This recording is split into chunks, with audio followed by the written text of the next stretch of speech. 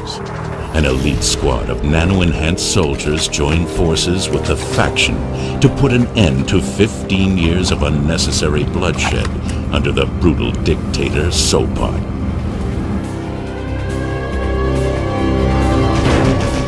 Red Faction 2. Hello there, SteelSnake72 for my Red Faction 2 medium difficulty playthrough. This is level 3 where we are the gunner in this jet as we're hunting down for Sopot. At least we start hunting for Sopot. I don't understand this level because we start by checking these buildings but we seem to give up pretty quick. It's a really odd one, and I just remember as a kid I used to just literally mow down all the civilians, which I didn't do this time because as funny as it is, it does actually affect the ending you get. Not that that really matters because the endings in these games, they're all the same. I really don't understand why they did it, because this game does the generic thing of not the best writing or anything, but it's easy to see why Metal Gear Solid 1 impressed me so much playing it around the same time as this kind of game, because that game's not quite the same, is it? With its long cutscenes, proper voice acting and a proper story. Whereas this, well, I can't even think of... I haven't got anything nice to say when it comes to that kind of stuff, so I'll just not say anything. So as we say, we're just mowing down enemies. It's another short level, it's a really simple one, as you just get bossed about by Jason Statham of all people. Which is, yeah, it's just weird. You get Jason Statham and Lance Henriksen as two main voice actors in this game. I don't really understand why. So I guess if you thought that putting modern day celebrities into games is a recent thing with like Kiefer Sutherland as Snake, no, it's I guess it's not. This game did it back then. As I say, you're just mowing down enemies. It's a really simple level. It's not long at all, and it's a precursor to what is the worst level in the game, which is level 4 by a long way. I absolutely hate it. It's your typical sewer level, and I mean, I think it probably started my whole hatred of that, but I'll wait till we get to that level before I start discussing that, because yeah, I don't like that part of the game at all. Whenever I replay Red Faction 2, it's the part I hate doing, but as soon as I get past it, it's brilliant, thankfully, because this is a game where the second half is a million times stronger than the first. And I guess I want to talk about the influence behind like sort of like Red Faction, and another one why this game is such a confusion in terms of the series, because Red Faction 1 obviously is set on Mars. The whole draw of the series is Mars, and I'm not so sure I paused there, but it's all about Mars, and it all comes from Total Recall, the film of Arnold Schwarzenegger, not that god-awful remake that came out in 2012 for some odd reason. Yeah, remakes, whatever. I mean, we're at a time where we're remaking Flatliners now. I mean, my phone goes off again. It's happened in the last level. Yeah, Total Recall was the influence behind Red Faction, and this game I don't really know. It doesn't follow anything like this. I mean, we're not on Mars for starters. I mean, I'd be fascinated to know more about the development of this game, because it's no surprise the first one got a sequel. It was very successful, the first one. You know, it was quite iconic, and so the second one, to set it on Mars with completely unrelated characters and unrelated setting, about some like fascist leader of the Commonwealth, and with some terrorist going around blowing everything up. Very odd one compared to the first game, which was on Mars, defeating similarly sort of like fascists, where you're miners and that. God, I mean, that would strike a chord with people during fascist Britain in the 80s, wouldn't it? But we'll keep the politics out of this, I think. But yeah, Red Faction 2 does its own thing of these.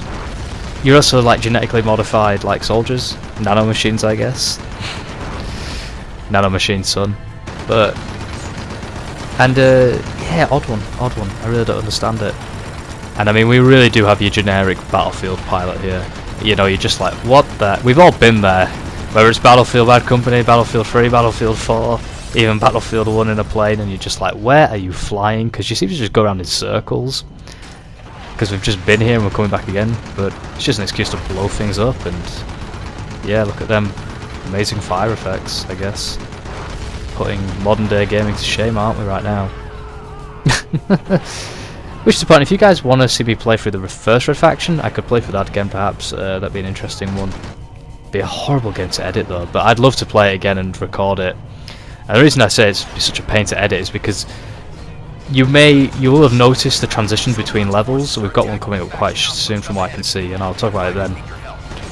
Because what happens with this game is you have levels. There are 11 levels in total, and they're broken up with like sub-levels.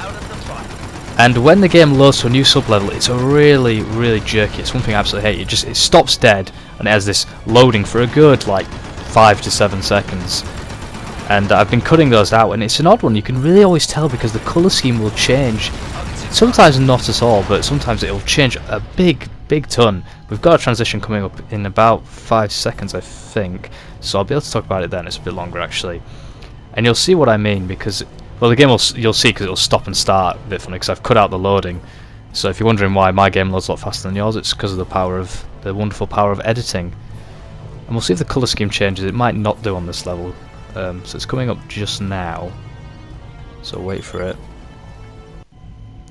Yeah, the colour scheme didn't change too much there, but as you can see, that I have to keep cutting it, and it's finding those points where the game does load can be a bit of a pain, and we get more Battlefield flying here, like knocking over these streetlights.